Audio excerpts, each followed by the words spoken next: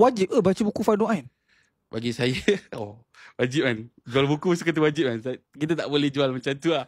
Tapi untuk saya, kalau awak tak tahu. Saya tak tanya Ustaz. Saya tanya Ustaz, wajib ke baca buku Ustaz? Saya cakap wajib ke baca pasal fardu ain? Wajib belajar fardu ain. Wajib belajar fardu ain Dah pasti wajib belajar fardu ain.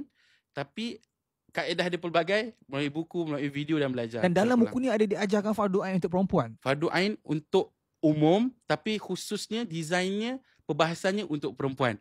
Dan bukan fardu ain saja tau. Dalam ni dia terangkan tentang fardu, kita ada rukun iman, rukun Islam dan ihsan. Okay. Jibril datang pada Nabi mengajarkan agama. Jadi bila Jibril datang disampaikan 3 benda. Tapi bila kita ajar orang kita ajar dia rukun Islam je. Okay. Tapi dalam ni rukun Islam, rukun iman dan ihsan diterangkan. Dan insya-Allah siapa yang selama ni dengar hadis Jibril, apa Yusuf dengan hadis Jibril kan? Anta'budallah ka'annaka tarah.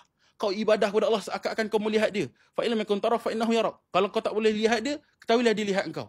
Apa yang Yusuf faham untuk hadis ni? Saya rasa benda ni macam melibatkan takwa. Maksudnya kita beribadat kepada Allah SWT seakan-akan kita nampak, tapi kalau tak mampu, ketahuilah bahawa kita ni Allah yang nampak sekarang.